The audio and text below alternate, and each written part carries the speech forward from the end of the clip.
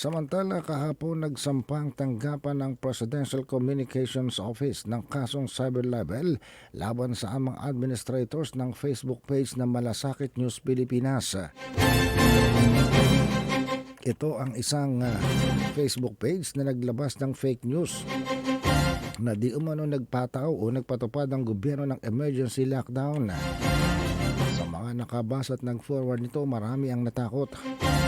Sa pagtungo naman kahapon sa tanggapan ng Department of Justice, si PCO Secretary Dave Gomez ay nagsabi ang page na ito mula sa Facebook ay naglalagbas ng mga marami ng fake news item na ang layunin ay magpakalat ng malisyoso na mga balita at para magtanim ng panik at pagkalito sa mga tao at masira ang public welfare at kaligtasan ng tao.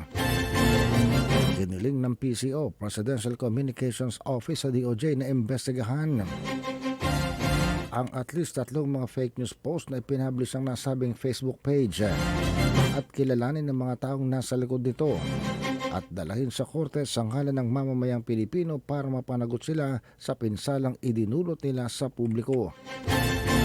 Ang nasabing Facebook page ang nagpakalat ng walang katotohanang balita na magpapatupad ng energy lockdown ng gobyerno dahil wala na raw fuel na mabili sa Pilipinas.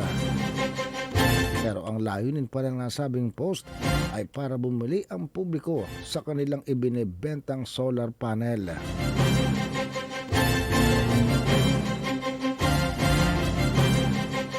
Patuloy po ang inyong pagsubaybay sa palatuntunang CMN Pilipinas.